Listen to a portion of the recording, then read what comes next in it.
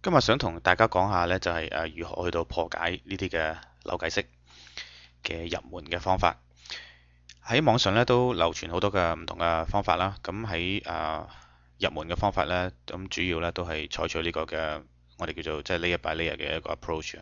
咁首先 solve 咗第一層啦，跟住就中間嗰層，咁然之後呢就係最後嗰層嘅。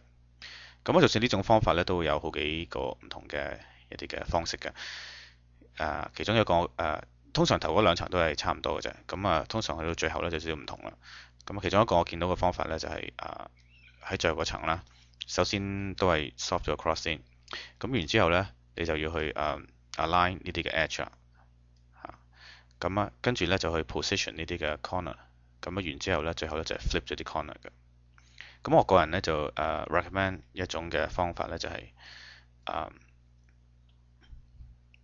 誒最後嗰層啦。都係 soft 咗 cross 咁但係咧下一步咧就係將個面 soft 晒嘅。咁然之後咧就係 soft 呢啲嘅 corner。最後咧就係嗰四個 edge。咁呢個方法嘅好處咧就係你會一來我覺得係比較容易啲明白，二來咧就係你會去到容易去到transition 去到比較 advanced 啲嘅一啲嘅 technique 嘅。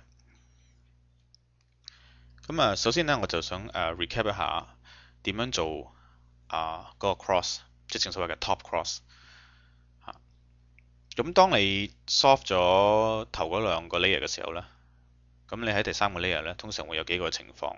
咁第一個情況咧就好似而家咁四個嘅 edge 咧都冇一個啱嘅顏色嘅。第二個情況咧就係我哋叫 inverted L 就有兩個啱兩個唔啱。側邊嗰啲唔使理㗎啦，唔使理住嘅。咁第三個情況咧就係我哋叫 bar， 一條 bar 有兩個啱，兩個唔啱。呢兩個啱咧就係對角嘅，對角唔啱，對角嚇。咁第四個情況咧就當然就係四個 edge 都啱晒。咁點去到做呢個 cross 咧？其實主要都好簡單嘅啫。我哋要 apply 一個 algorithm，apply 呢個 algorithm 咧如果喺呢度 apply 咧，呢個咁嘅即係我哋叫 dot 咧，就會變咗咁樣嘅。咁如果 apply 同一個 algorithm 咧，呢個咧就會變咗一條 bar 嘅。再apply 同一個 algorithm 去呢條 bar 咧，就會變咗個 cross。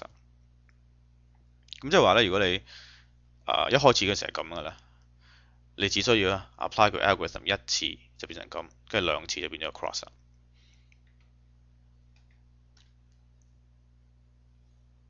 咁個 algorithm 係點咧？好簡單嘅啫，F R U R prime U prime F prime 咁呢個咧就係個 inverted L。